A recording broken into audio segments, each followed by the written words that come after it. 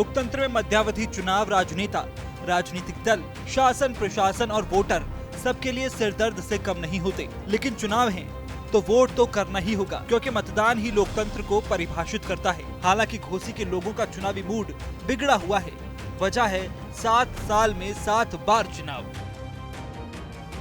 जरा सोचिए उस मंजर को, जब लोग 7 साल में 7 बार मतदान के लिए वोटिंग की लाइन में खड़े हों। घोसी में यही हो रहा है। लोकसभा, विधानसभा, पंचायत और निकाय चुनाव से जब पूरा प्रदेश फुर्सत पा चुका है तो घोसी वाले उपचुनाव झेल रहे हैं। जी हाँ, झेल इसलिए रहे हैं क्योंकि यहाँ के लोग वोट तो हर बार देते हैं, जीत हार का फैसला भी होता है, लेकिन कभी कोई जनप्रतिनिधि दल बदल देता है, कभी उसे किसी और लाभ के पद पर भेज दिया जाता है।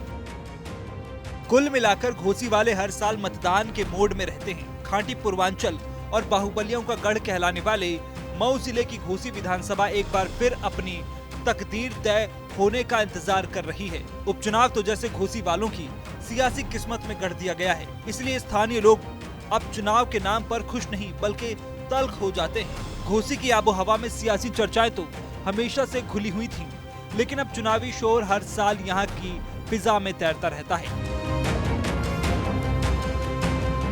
यूं तो चुनाव में वोटर्स की बल्ले बल्ले हो जाती है। राजनेता और सियासी दल उनका वोट पाने के लिए बहुत कुछ करते हैं, लेकिन घोसी में इस बार उपचुनाव को लेकर कई लोगों में नाराजगी भी है। स्थानीय लोगों से चुनावी हार जीत के गणित और समीकरण को लेकर बात करने पर एक अलग तरह के सच से सामना हुआ। लोग हर साल वोटिंग की लाइन में खड़े होते हैं, ये बात उन्हें नागवार गुजर रही है। बड़े चुनावों के बीच बार बार उपचुनाव होने से लोगों की नाराजगी जीते हुए प्रत्याशी के प्रति ज्यादा है। घोसी विधानसभा क्षेत्र में रहने वालों का कहना है कि बार बार चुनाव जनता के लिए सरदर्द है।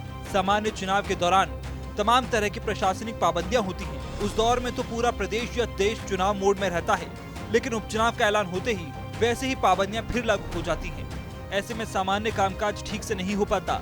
सरकारी दफ्तरों में लोगों के काम रुक जाते हैं। तमाम तरह के प्रोजेक्ट चुनावी वजह से शुरू नहीं हो पाते। घोसी विधानसभा क्षेत्र के लोगों ने 7 साल में 5 चुनाव और 2 उपचुनाव की वोटिंग में हिस्सा लिया। 2017 में पूरे प्रदेश में विधानसभा चुनाव हुए। घोसी सीट से बीजेपी के फागू चौहान चुनाव जीते। 2019 में उन्हें केंद्र सरकार ने मेघालय का राज्यपाल बना दिया। फागू चौहान ने विधानसभा सीट से इस्तीफा दे दिया। उसी साल उपचुनाव हुए।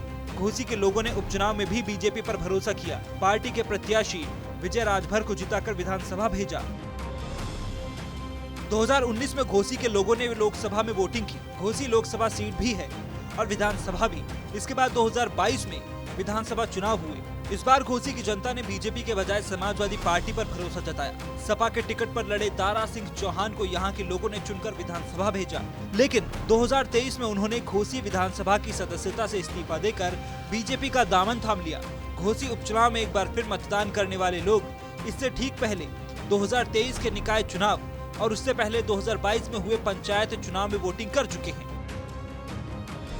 दारा सिंह चौहान ने घोसी विधानसभा से इस्तीफा तो दे दिया, लेकिन वो एक बार फिर यहीं से किस्मत आजमा रहे हैं। अगर वो चुनाव जीत जाते हैं तो ये बीजेपी के लिए राहत वाली खबर होगी, क्योंकि वो पिछला चुनाव भी जीती थी। लेकिन अगर वो हार गए तो उन्हें घोसी वालों के नजरिए से मंथन करना होगा। जिस समय घोसी उपचुनाव में वोटिंग चल रही है, उस वक्त उनके सामने 2 चुनौतियां हैं। दारा सिंह चौहान को ये साबित करना होगा कि घोसी की जनता उन पर अभी भी उतना ही एतबार करती है जितना 2022 में सपा में रहते हुए किया करती थी। दूसरी चुनौती ये है कि उन्हें घोसी के बदले हुए चुनावी समीकरण में खुद को पिछड़ों का सबसे बड़ा रहनुमा बनाकर दिखाना होगा, क्योंकि घोसी के लोगों का कहना है कि यहाँ से जो भी जीतता है वो सिर्फ अपने राजनीतिक ग्राफ की फिक्र रखता है।